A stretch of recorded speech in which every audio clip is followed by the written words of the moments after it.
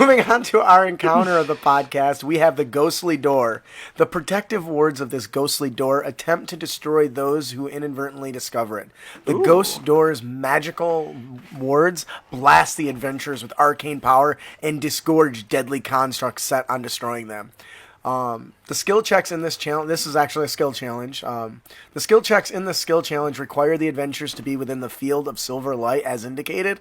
The characters must gain 3 successes before 2 failures. Ooh. When the creature moves within 10 feet, within the 10 foot by 5 foot field of the silver light, basically where this ghostly door is, for the first time or starts its turn there, it must make a DC 14 con save, taking 2d6 radiant damage on a failed save or half as much on a success.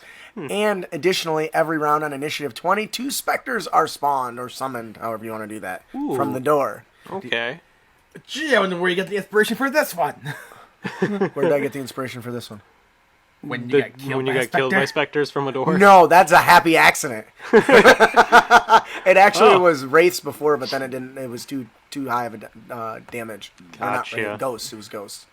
So in this skill challenge, you can use your thieves' tools, but in order for the thieves' tools to work, you have to be in the ethereal realm, either by the blink spell or some other means, right? In DC 19, dude, that's still hard. It is. So you gotta expend a hefty spell slot, and you have to pick it. Right, but thieves, I've learned they can really get good. They can pick those pretty good once they get that skill. That's true, yeah. Especially if they took expertise in it. Intelligence, Arcana, DC 15. The character attempts to tap into the field of silver light, disrupting the flow of power of the weave. On a failed check, they lose a hit die. And if they have no hit dice, they suffer exhaustion. So that's pretty hardcore. With a religion check, the character can attempt to draw on knowledge of the Raven Queen's most powerful rituals to manipulate the protective energies within the ghost door.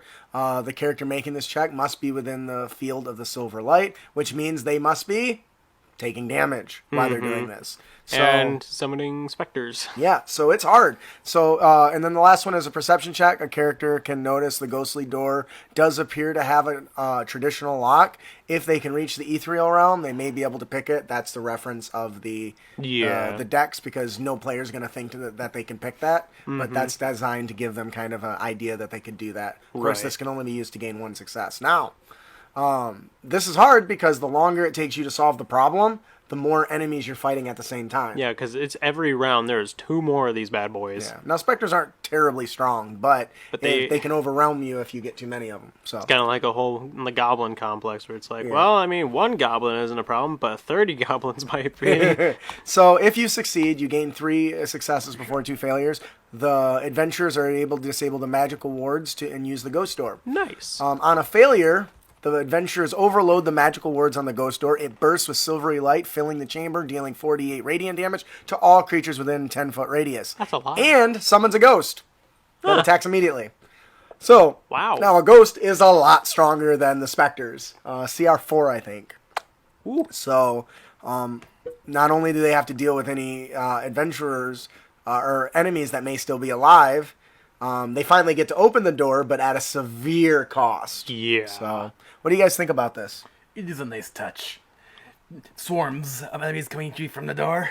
Hell yeah. Yeah, I like that. I like the, you have to go into the ethereal realm just to, in order to get into, to pick the door. Yeah. Like, that's cool. Could you imagine, like, a thief, like, who's, like, paranoid of, like, magic and shit? He's like, I don't know if I like this idea. Like, or he goes to try to pick it and it just goes through. He's like, well, this isn't going to work. It's like, guys, I can't pick this door. He's like, well, then what are you good for? Well, I can hide real well. I'm just going to go hide in a corner. Yeah, you guys got this. I'll be over here.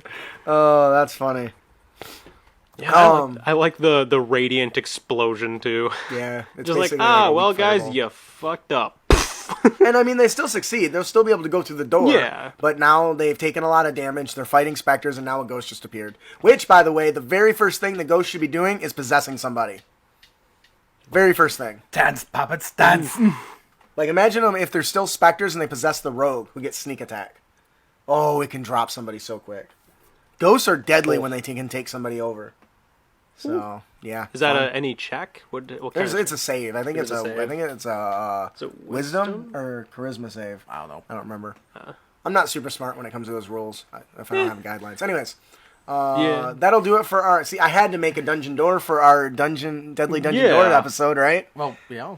Though it great. occurs to me that I made this as a skill challenge, and I probably could have just went through and rolled up one, but this was Yeah, far but more this is interesting. cool. I like this. Yeah. So that'll do it for our encounter, the Ghostly Door. Hey, thank you so much for all your support and watching our video. We hope you enjoyed it. We are the hosts of the Crit Academy, a Dungeons and Dragons discussion podcast.